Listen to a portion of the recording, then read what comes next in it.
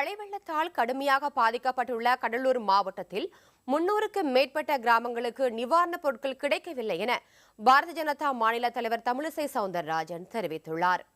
கடலூர் மாவட்டத்தில் கனமழையால் பாதிக்கப்பட்ட பகுதிகளை பார்வையிட்ட பின்னர் செய்தியாளர்களை சந்தித்த அவர், அரசு வழங்கும் நிவாரணப் பொருட்கள் உரிய முறையில் மக்களுக்கு சென்றடைய தெளிவான திட்டத்தை அரசு வகுக்க வேண்டும் என வலியுறுத்தினார்.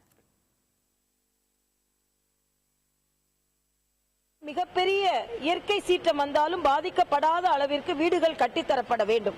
ஏனென்றால் அவர்கள் ஏற்கனவே தானே புயலினால் பாதிக்கப்பட்டார்கள், சுனாமி சில பகுதிகளில் பாதிக்கப்பட்டார்கள்.